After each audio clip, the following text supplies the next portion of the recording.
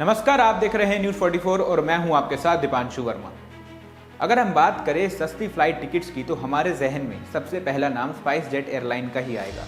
लेकिन क्या ये सस्ते फेयर वाली एयरलाइन आपकी हवाई यात्रा के लिए सुरक्षित है? जी हाँ, सही सुना आपने। स्पाइस जेट की सेफ्टी के विषय में तो हमने पहले भी सुना है, लेकिन अब तो कंपनी ने इस विषय में खुलेआम झूठ बोलना भी शुरू कर दिया है। दरअसल कंपनी ने दावा किया था कि International Civil Aviation Organization ICAO ने उसका ऑडिट किया था, जिसमें कंपनी एकदम खरी उतरी है। लेकिन टाइम्स ऑफ इंडिया में छपी एक खबर बताती है कि ICAO ने स्पाइस जेट का किसी तरह का कोई ऑडिट नहीं किया है। ICAO फ्लाइट्स के स्टैंडर्ड और रेगुलेशंस तय करता है और इस एजेंसी का कहना है कि हमने दुनिया में किसी भी देश, किसी भी एयरपोर्ट या किसी भी एयरलाइन का ऑडिट नहीं किया है। वहीं स्पाइस जेट को भारत के सिविल एविएशन रेगुलेटर DGCA ने सुरक्षा कारणों से निगरानी में रखा था और उसे 50% फ्लाइट चलाने की ही अनुमति दी गई थी।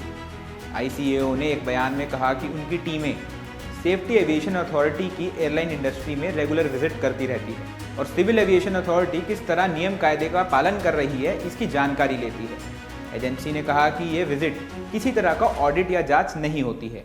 एक सीनियर अधिकारी ने बताया कि ICAO की टीमें 9 से 16 नवंबर के बीच भारत विजिट करने आई थी। इस दौरान एजेंसी के अधिकारी 14 नवंबर को स्पाइस जेट के ऑफिस भी गए थे, लेकिन इसका स्पाइस जेट या उसके सेफ्टी स्टैंडर्ड से कोई लेना देना नहीं था। इसका मकसद सिर्फ DGCA की सेफ्टी निगरानी इन्वेस्टिगेशन की वेरिफिकेशन करना था।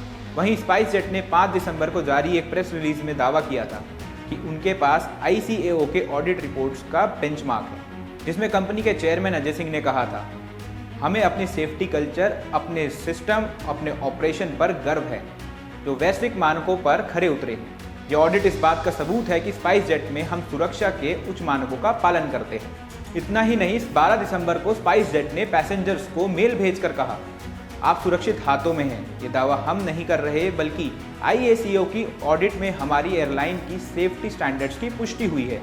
हालांकि स्पाइस जेट ने टाइम्स ऑफ इंडिया के सवालों का जवाब नहीं दिया है। आपको बता दें, जुलाई में स्पाइस जेट के कई विमानों में तकनीकी खामियों की शिकायतें मिली थी।